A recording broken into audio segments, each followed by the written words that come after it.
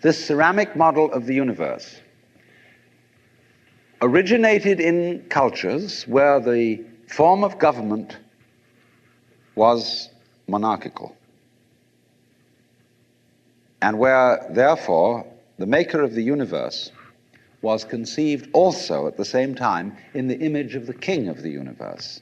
King of kings, Lord of lords, the only ruler of princes, who dost from thy throne behold all dwellers upon earth. I'm quoting the Book of Common Prayer.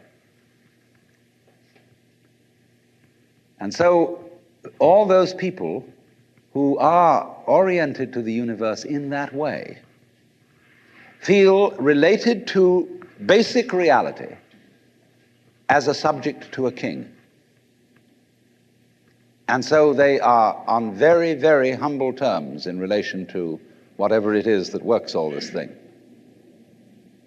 I find it odd in the United States that people who are citizens of a republic have a monarchical theory of the universe, because we are carrying over from the very ancient Near Eastern cultures the notion that the Lord of the universe must be respected in a certain way. People kneel, people bow, people prostrate themselves. Because, and you know what the reason for all that is, that nobody is more frightened of everybody else than a tyrant. He sits with his back to the wall, and his guards on either side of him.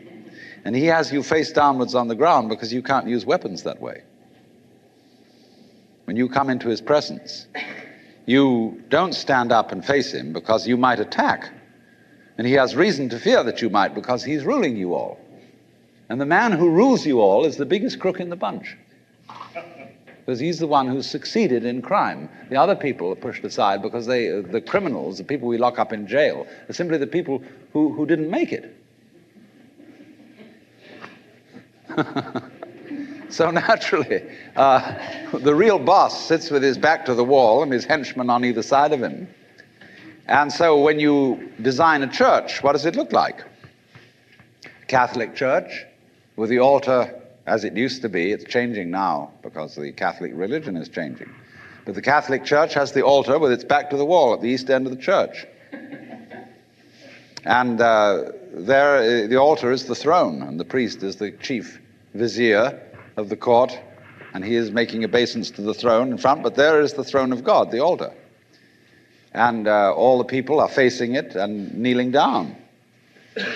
And a great Catholic cathedral is called a basilica, from the Greek basileus, which means king. So a basilica is the house of a king.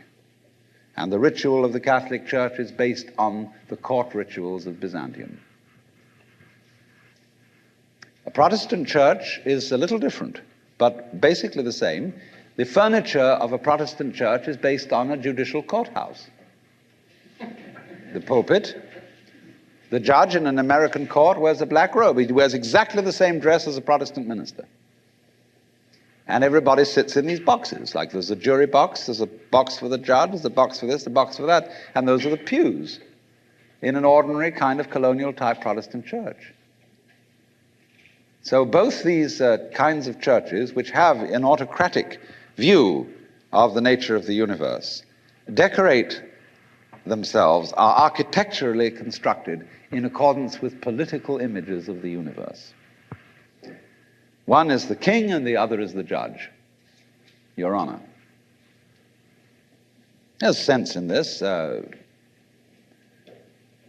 When in court you have to refer to the judge as Your Honor, it stops the people engaged in litigation from losing their tempers and getting rude. There's a certain sense to that. But when you want to apply that image to the universe itself, to the very nature of life, it has limitations.